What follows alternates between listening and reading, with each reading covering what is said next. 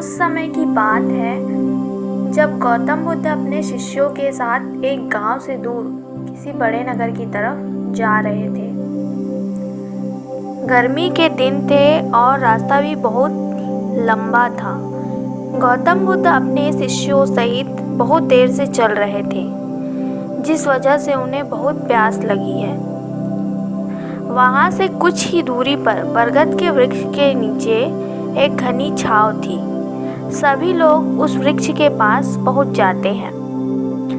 महात्मा बुद्ध अपने शिष्यों सहित वृक्ष की घनी छाया के नीचे विश्राम करने लगते हैं।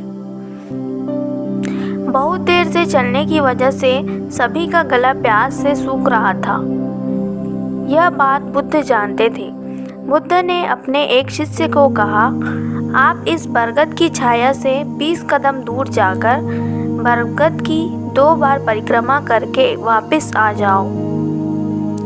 शिष्य वैसा ही करता है जैसा बुद्ध ने बताया। परिक्रमा के बाद जब शिष्य महात्मा बुद्ध के पास आया तो बुद्ध बोले कि क्या आपको किसी ठंडी हवा का अनुभव हुआ था? शिष्य बोला, हाँ महात्मा बुद्ध, उस उत्तर दिशा की तरफ से मुझे कुछ ठंडी हवा की अनुभव हुआ था।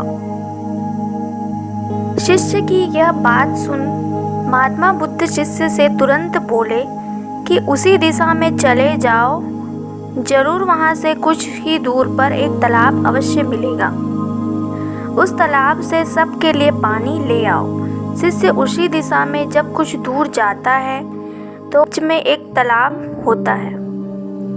तालाब देख शिष्य बहुत प्रसन्न होता है और तालाब के निकट जाकर जैसे ही तालाब से पानी भरने वाला होता है, तभी शिष्य की नज़र वहाँ दूर तालाब में कपड़े धो रही कुछ स्त्रियों पर जाती है। यह देख शिष्य मन में सोचता है कि यह पानी तो गंदा हो गया है, लेकिन जब शिष्य ध्यान से तालाब के पानी को देखते हैं कि अभी भी तालाब का कुछ पानी साफ है। इतने में 2 बैलगाड़ी जोर से तालाब के किनारे से होती हुई निकल जाती है। बैलगाड़ी के पहिए तालाब की मिट्टी के ऊपर इतनी जोर से निकलते हैं कि तालाब के नीचे बैठी बहुत सारी मिट्टी तालाब के ऊपर आ जाती है, जिस वजह से तालाब का बचा हुआ पानी भी गंदा हो जाता है। यह देख शिष्य बिना पानी लिए क्रोध में महात्मा बुद्ध के पास वापस चला जाता है। शिष्य बड़े ही निराशा भाव से महात्मा बुद्ध को सब बात बताते हैं। शिष्य की बात सुन सभी शिष्य बोलते हैं कि हमें तुरंत यहाँ से निकलना चाहिए, किसी दूसरी जगह पानी की खोज करनी चाहिए, वरना प्यास के मारे हमारी जान निकल जाएगी। इधर महात्मा बुद्ध सभी को शांत होने के लिए कहते हैं और बोलते हैं कि धीरज रखो, कुछ देर यहीं बैठो, उचित समय आने का संयम बनाए रखो। सभी महात्मा बुद्ध की बात सुनकर शांत हो जाते हैं और वहीं बैठ जाते हैं। कुछ समय बीत जाने के बाद बुद्ध फिर से अपने शिष्य को उसी तालाब से पानी लाने के लिए कहते हैं।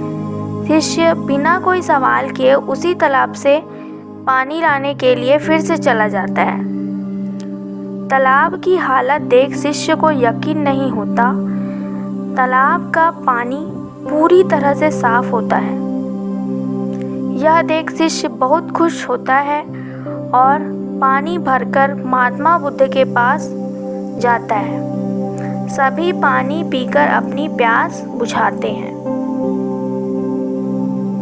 लेकिन अभी भी सबके मन में ये एक सवाल था कि आखिर यह चमत्कार हुआ कैसे। तालाब का सब पानी तो गंदा था। उन्हें लगा कि जरूर ये बुद्ध की शक्ति है। इनमें एक शिष्य ने यह सवाल महात्मा बुद्ध से पूछ ही लिया कि यह चमत्कार आपने कैसे किया। शिष्य का जवाब देते हुए महात्मा बुद्ध बोले कि यह कोई चमत्कार नहीं, यह आपके सब्र का फल है।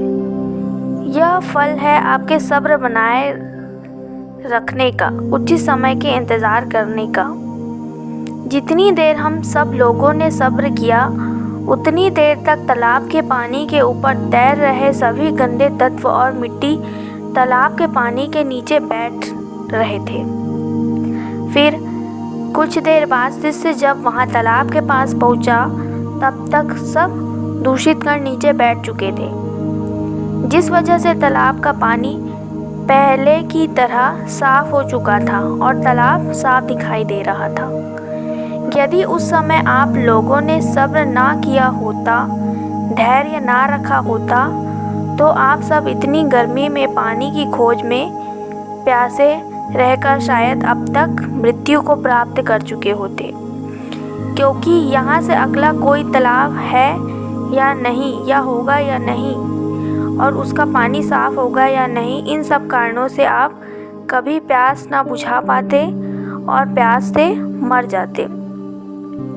फिर इतना बोलने के बाद महात्मा बुद्ध शिष्यों को एक सीख देते हुए कहते हैं कि जैसी स्थिति हम लोगों के समक्ष आज आई है, वैसी ही स्थिति और मुश्किल दौर जिंदगी के हर मोड़ पर आएंगे। तब उस समय भी आपको ऐसे ही संयम बनाए रखना होगा और अपने विवेक से काम लेते हुए ही आपको एक उचित फैसले के साथ सही नतीजे पर पहुंचना होगा। हर मुश्किल दौर में सब्र रखते हुए ऐसे ही शांत मन में ही कोई फैसला लेना चाहिए जिसका आपको और दूसरों के लिए अच्छा होगा, क्योंकि ऐसी स्थितियों में लोग अक्सर गुस्से में आकर अपना सब्र खो देते हैं और गुस्से तथा जल्दबाजी में गलत काम और फैसला कर बैठते हैं, जिसका पूरा परिणाम उनको भविष्य में देखने को मिलता है, जिससे खुद का नुकसान अधिक होता है। कुछ परिस्थितियां जीवन में ऐसी होती हैं जहां हमें सब्र बनाए रखते हुए उचित समय का इंतज़ार करना होता है, लेकिन लोग अक्सर यहीं पर अपना सब्र खो देते हैं और उचित समय आने का इंतज़ार नहीं करते, जिस वजह से उनको आगे चलकर दुख और मुश्किलों का सामना करना पड़ता है।